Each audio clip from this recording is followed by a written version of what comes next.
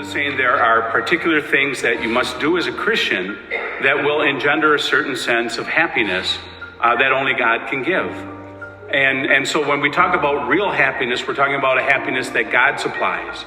So for example, he gives to each of these Beatitudes a mission and a blessing. So for example, the very first one is, blessed are the poor in spirit, for theirs is the kingdom of heaven. So when we are poor in spirit, there is a blessing that comes, an inheritance of the kingdom of God, being blessed in heaven as well, and the kingdom of heaven.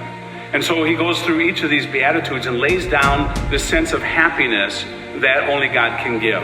And we know then that happiness is the fruit of empathy, and empathy is the fruit of true love in God. So when Jesus is talking about happiness, the only way to become happy is to be empathetic, not sympathetic. Sympathetic is not deep, it's superficial. Empathy enters into the mystery of people's suffering and their joys and everything in between. It genuinely listens.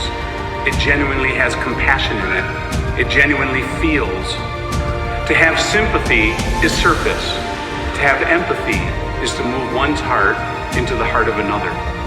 Therefore, when God talks about love, and we say that God is love and that we should be like God, who is loving, then empathy is the way by which we begin to have genuine happiness. Because when we enter into the mystery of other people's suffering and other people's joys and their experiences in life, that's when genuine happiness comes about. That's when the genuine smile occurs in our own soul. That's when we begin to be happy, giddy in the things of the Lord.